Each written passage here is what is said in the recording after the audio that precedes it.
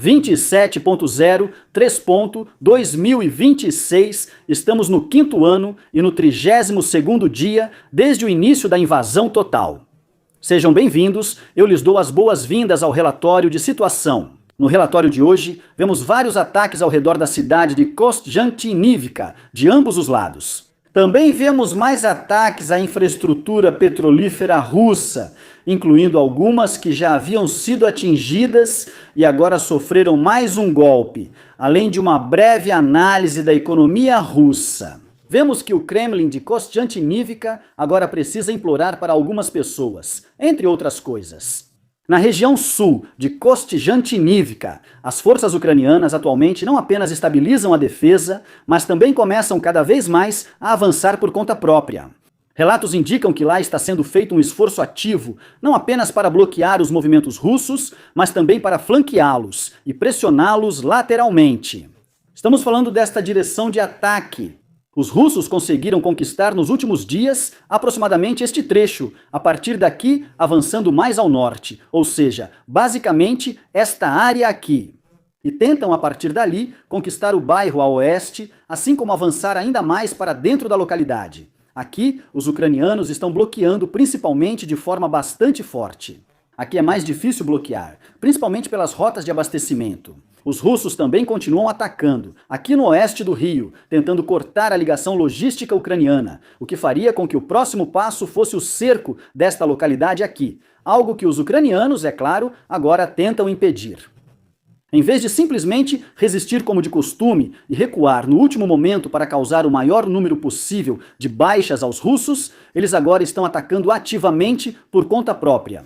Essa abordagem indica, portanto, uma estratégia em que não se ataca apenas frontalmente, mas também se utiliza movimentos de flanco.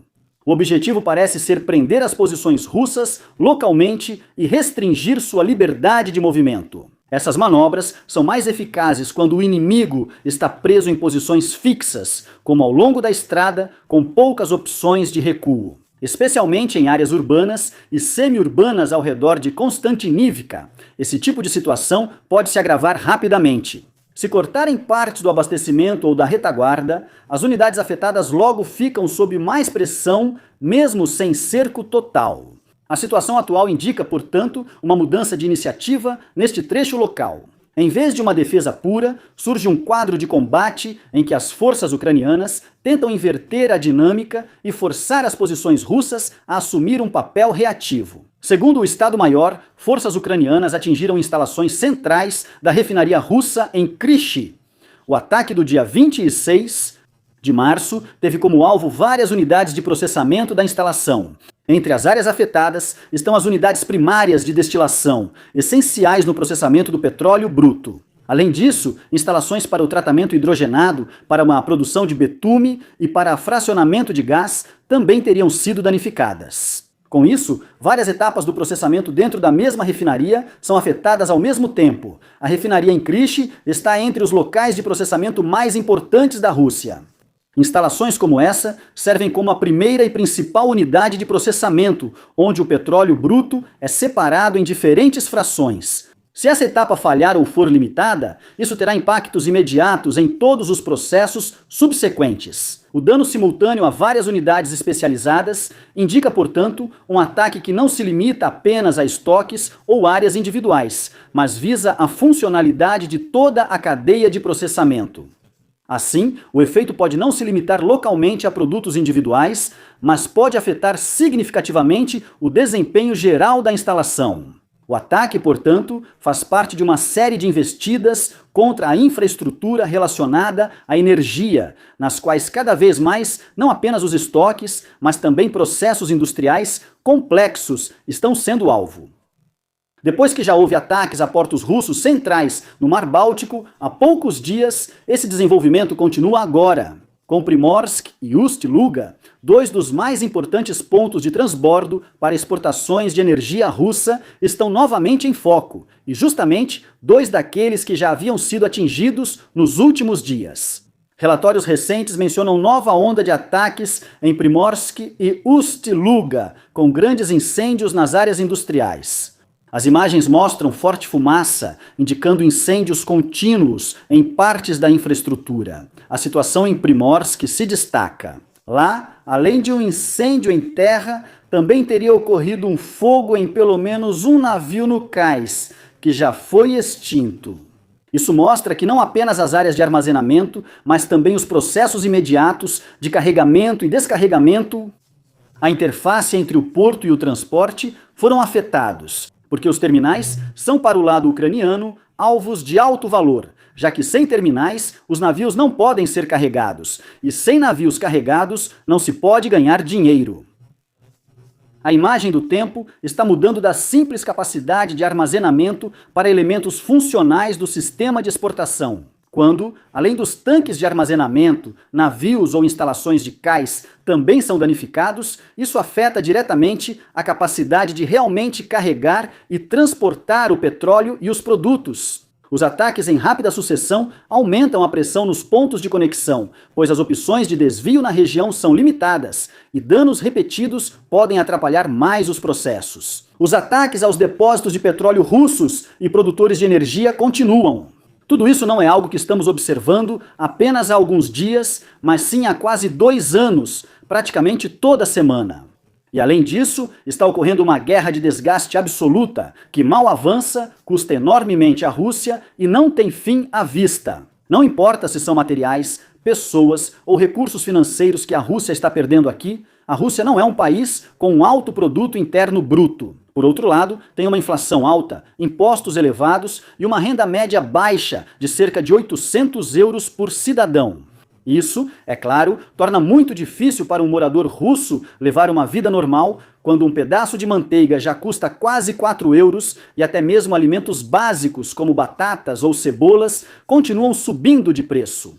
Como o Kremlin já quer saquear os fundos de pensão russos e já aumentou os impostos, não dá mais para espremer lentamente o pobre cidadão para financiar a guerra. Principalmente quando um ou outro contribuinte fiel morre na linha de frente, ou, o que seria ainda pior para o Estado, volta para casa mutilado e continua vivendo às custas dos outros. Na busca por dinheiro, agora está sendo seguido um novo caminho, um que, na verdade, era considerado muito impopular.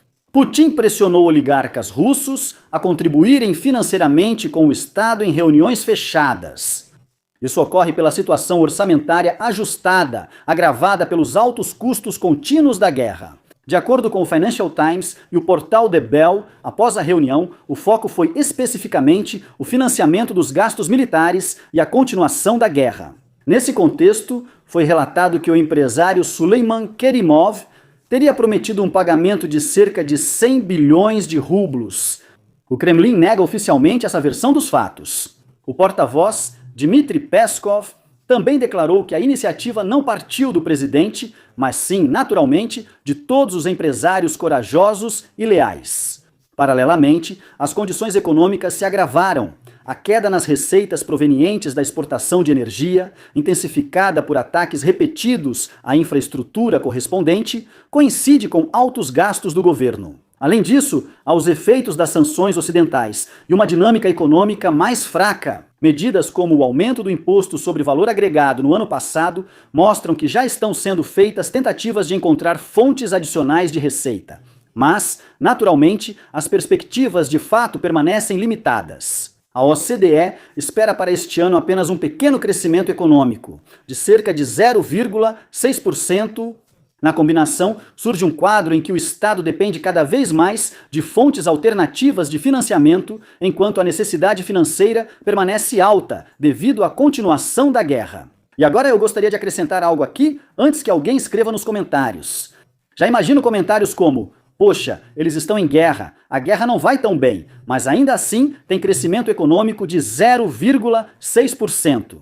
Sim, isso está certo. Mas você precisa ver que esse crescimento é principalmente impulsionado pelo governo, que estimula, subsidia e financia fortemente a economia no setor da indústria de guerra para que a guerra continue. Analisando os setores econômicos russos, destacamos principalmente a indústria de guerra. E, como eu mesmo gosto de dizer, os floristas também se beneficiam muito com a guerra. E claro, também fazem com que a economia cresça no papel, enquanto outros setores continuam crescendo. Isso acontece. Na bacia do Dnipro, uma nova fase de guerra de posições já dura 2 meses, sem que nenhum dos lados tenha conseguido avanços operacionais significativos. O combate segue com avanços limitados, contra-ataques e mudanças locais. A situação está mais dinâmica em Primorje-Ske. Lá, um contra-ataque ucraniano no final de fevereiro fez com que as unidades Artan e Timur expulsassem o grupo de assalto russo do 108º Regimento Aerotransportado na parte norte da localidade. Ao mesmo tempo, outro grupo russo foi cercado na região de Rishne. Nas semanas seguintes, forças especiais ucranianas conseguiram gradualmente expulsar as forças russas de Rishne e também assumir maior controle sobre uma zona central de Primorje-Ske. Em Stepnohirsk, a situação segue igual. As forças ucranianas mantêm posições avançadas no centro, principalmente nos blocos residenciais destruídos. A posição é regularmente atacada pelo lado russo. No entanto, principalmente a partir da direção oeste, o local conseguiu ser mantido até agora após várias contraofensivas. Não é o local em si, mas a posição ucraniana, que fica mais ou menos aqui, enquanto o resto da área segue sob controle russo. Eles atacam sempre deste lado, ou seja, daqui da direção oeste, os russos atacam, controlam tudo a partir da rua principal aqui embaixo e os ucranianos não conseguem avançar mais daqui. No passado, vimos muitas vezes que, quando os ucranianos não conseguem avançar em um local por várias semanas, geralmente acabam perdendo o controle desse lugar, e os russos conseguem facilmente enviar mais tropas para lá. Após ataques ucranianos de longo alcance, voltou-se a especular no espaço informacional russo quais rotas os drones seguiram até seus alvos. Já analisamos os ataques no início do relatório. Com frequência especial, surge a afirmação de que eles poderiam ter voado pelo espaço aéreo de vizinhos ocidentais, como a Polônia ou mesmo os estados bálticos. No entanto, chama a atenção que essa tese já circula há bastante tempo, mas até agora não foi comprovada com evidências sólidas. Mai baseava-se apenas em representações gráficas, setas em mapas desenhadas por alguém e especulações em canais do Telegram, mas não em provas publicamente verificáveis. Por exemplo, um vídeo de um civil registrando o sobrevoo do drone já seria suficiente, mas esse tipo de evidência também falta aqui. Também é notável que, até agora, do lado oficial russo, não há nenhuma escalada diplomática clara em relação aos estados envolvidos. Porque se eles realmente tivessem vindo, vou chamar assim, do espaço aéreo da OTAN, o Kremlin obviamente teria feito um grande escândalo. Portanto, é provável que não haja provas concretas, ou que o próprio lado não consiga avaliar de forma segura a situação. Eu acho que, na verdade, o que existe é simplesmente a dor. Admitir que os drones ucranianos conseguem se mover pelo espaço aéreo russo, mesmo por longas distâncias. Serem abatidos, já que simplesmente falta defesa antiaérea do lado russo, que não consegue operar de forma abrangente. Especialmente com sistemas tão lentos, que também foram usados aqui para o ataque, a pergunta é válida. Por que eles puderam operar por tanto tempo sem serem parados de forma eficaz? O debate revela menos certeza sobre as rotas de voo e mais preocupação com o alcance, frequência e impacto dos ataques ucranianos no interior da Rússia.